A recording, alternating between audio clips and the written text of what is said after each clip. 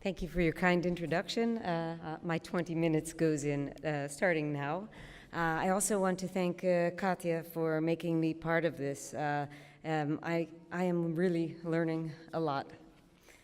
So 25 years after the end of a 70-year dictatorship that claimed millions of victims, aside from symbolic reparations, the post-Soviet governments have implemented none of the recognized, institutionalized transitional justice mechanisms to reckon with the past. It was not until 2015 that the state sanctioned the plan for an official monument to the victims of Stalinism. Most of them did not live to see it erected. The overarching theme of theology after the Gulag compelled me to take this opportunity to revisit nearly 3 decades of research on the crimes of communism, crimes without punishment, because it is clear that the question of accountability runs through all of our research. So after an introduction, and actually the colleagues this morning have provided the best introduction, most of my presentation today will be a slideshow taken from my oral history and archival work on 3 projects, one in the late 80s, the other in the 90s, and the last in the 2000s. And this presentation relates closely actually to the second point from Akhmatova that Katja highlighted this morning, giving the victims a face and a name. November 7th marked the 100th anniversary of the Bolshevik Revolution, and this has traditionally been a day off of work, set aside for glorifying the October Revolution and the leaders who were recognized as standard bearers. In 1987, on the 70th anniversary of the revolution, Gorbachev used the occasion to break the silence when he publicly acknowledged that there were thousands of victims of Stalinism. Now, that figure was grossly understated, but it came from the chief of the Communist Party, and it was accompanied by the message that it would be acceptable to go out and search for the real numbers of victims. 10 years later, so now we're talking about 1997, Yeltsin tried to reconstitute this day into a day of agreement and reconciliation. This effort failed because no one understood with what they should be reconciling. This holiday was abolished and replaced by a public day off on November 4th, now called Unity Day, and this marked the 1612 victory over Polish troops attacking the Kremlin. And the message was Russian unity against outside invaders. So along these lines, on the 100th anniversary of the revolution last November, Red Square hosted a recreation of the 1941 World War II military parade that was carried out under Stalin in defiance of the German troops who were at the gates of Moscow. A week earlier, Putin spoke at the unveiling of the long-awaited Wall of Sorrow, which has been mentioned a few times today. And here we see him standing next to Patriarch Kirill. The Russian Orthodox Church has been a good ally for the Kremlin because of their politically safe focus on the martyrs. Putin said here that we should mourn the victims, but not bring the country to renewed confrontation by, quote, settling scores. So rather than confronting its history of multiple regime abuses, there has been a persistent, politically driven effort to manage national and public memory by repressing, controlling, or even co-opting the memory of repression. So the government now sanctions the immortalization of victims, but it draws a rather thick line, which has already been mentioned today, when it comes to the discussion of perpetrators. Not one henchman has been tried, nor one truth commission instigated. Victim compensation is limited, as is archival access. The record in history textbooks is a political narrative, and researchers of Stalinism are still arrested or harassed on spurious charges.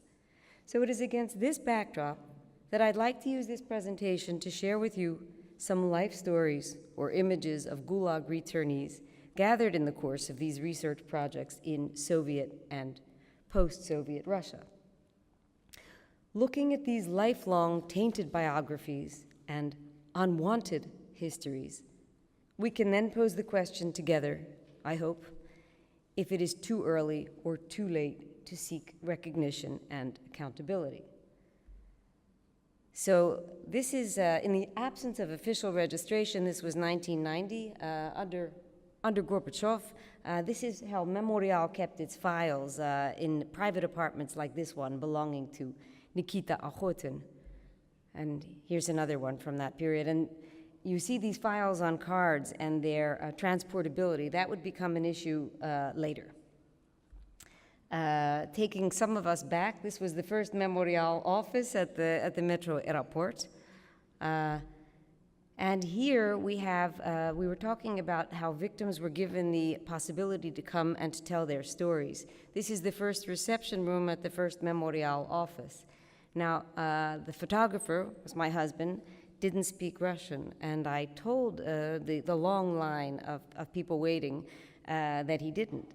But it was quite obvious to me that they really needed someone to bear witness, because when I turned around, I saw them telling their stories to him, even though he didn't speak the language. The woman underneath the Sakharov photo is Trotsky's niece. This is 1989 at the first oral history conference at the Historic Archive Institute, and I'm standing here with Arseny Raginsky. I always use this as an example for my students of how not to do an interview. I'm holding a heavy tape recorder, I'm standing, he's eating an ice cream, not the optimal conditions, but we became very good friends. Arseny Raginsky, founder and chairman of Memorial, historian, ex-dissident, member of the Rehabilitation Commission. As a student, he took part in the human rights movement and in the prominent underground journal Chronika Tekushchych Sabuty. In the 70s, he started collecting material with other dissidents in the direction that would later lead to Memorial. He was arrested in 1981 for forging letters of permission to do research in an archive. He was given the choice of immigration, but he chose to stay. He survived 5 camps in 4 years and got out in 1985, and Memorial began in 1987. It has produced the most reliable information on past repression, and its activists have produced the most reliable information on present human rights violations in Russia. Arseny Raginsky's passing in December was a great loss, not just for Memorial, but also for humanity. This is Raginsky with Benjamin Yofa, another giant of the dissident movement. He was chairman of the Leningrad Memorial from 1988 until his death in 2002. And when I visited him in 1990, he had a card catalog with all the material stowed in 2 suitcases under his bed for transportability. And it was quite interesting because it was actually this organization, this chapter of Memorial that got raided in 2008, and their hard disk was taken. So he understood well the circumstances of Memorial at that time.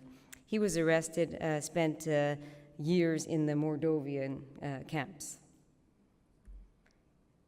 This was the first seminar on mapping the Gulag because the location of these camps was not really publicly known. 1990 at the Historic Archive Institute. And I'm sure many of you know this figure. This is Pavel Negritov. He spent from 1945 to 1955 in the mines of Vorkuta. He was the first historian of the Gulag. He wrote the work, All Roads Lead to Vorkuta, about the long shadow of the gulags and how the Gulag cast this over returnees' lives. This blurry photo is a seminar from around that period, and I show it because in it, on the right side, is Alexander Daniel. His father, Yuli Daniel, was the father of the dissident movement. His mother, Larisa Bogoraz, was one of its most prominent figures. He heads the Memorial human rights movement. Grandfather, a Stalinist prisoner as well. And this is Memorial's first headquarters. This was a woman at work at Memorial in 1992, so you have an idea of how much work they had. This is the type of documentation that the organization gathered. It would be a questionnaire looking for the year of arrest, the article of arrest, Communist Party membership, the place they served their sentences. Also a typical memoir, this one written quite well, actually. This is the monument to the victims of Stalinism, the Memorial Monument to Victims of Stalinism. It's a stone from the first concentration camp under Lenin from the Solovetsky Islands, and this was on November 7th, 1991. There I am on the left. And this is the stone. On another day, you can see it's in front of KGB headquarters, in front of the Lubyanka. Just some images of fallen idols at the time. Another victims group in the mid-1990s from the organization Возвращение. This group of ladies survived the harshest of camps in the Kolyma. Semyon Vilensky, he was mentioned today, the publisher of these women's memoirs. He was a memoir publisher, poet, philosopher, member of the Rehabilitation Commission, deeply inspiring man, who was imprisoned in Kolyma and other brutal camps from 1948 to 55. He made it his life's mission to gather stories of Soviet repression and to help surviving victims. He died in 2016, one of the last of his generation, so he never lived to see the monument, to see the Wall of Sorrow.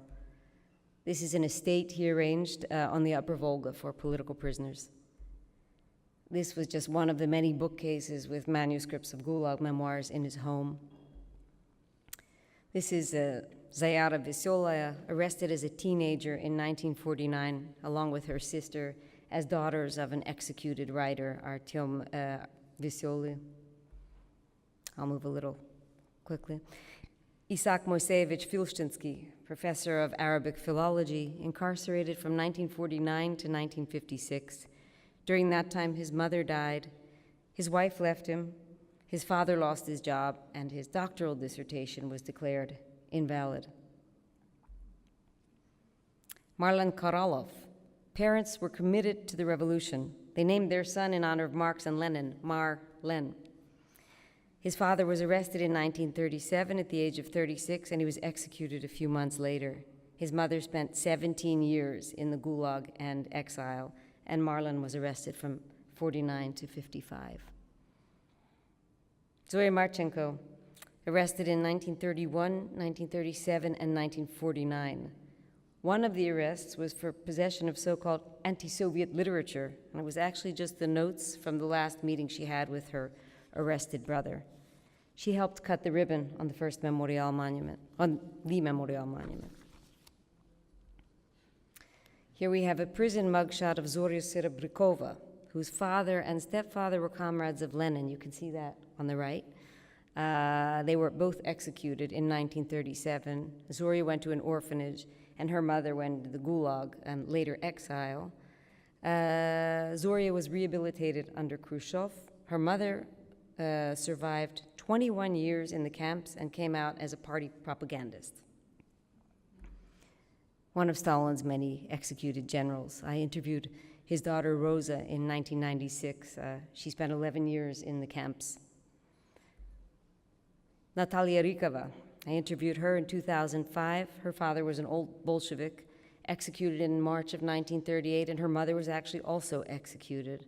And 21-year-old Natalia was moved from her Kremlin residence to the Gulag. Another one of my returnees interview, Gerta Chuprun. I interviewed her daughter.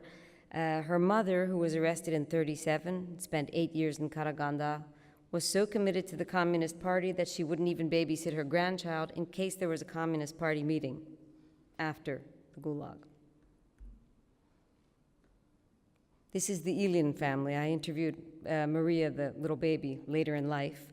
The father was a high party official in Kiev in 1936. During the time of collectivization, he was in function. He was arrested and executed in 1937. Mother was sent to the Gulag. She begged for the brother Vladimir not to be sent to the camps, but rather to the front. And he was sent to the camps at age 16, and he died there. And this was Maria in an orphanage. She became an active member of the Communist Party. This lady is with her husband, who was another high official, arrested in 1937 and executed. And her daughter, this is actually the cover of my last book. This is that same person, committed Communist Party activist even after the camps.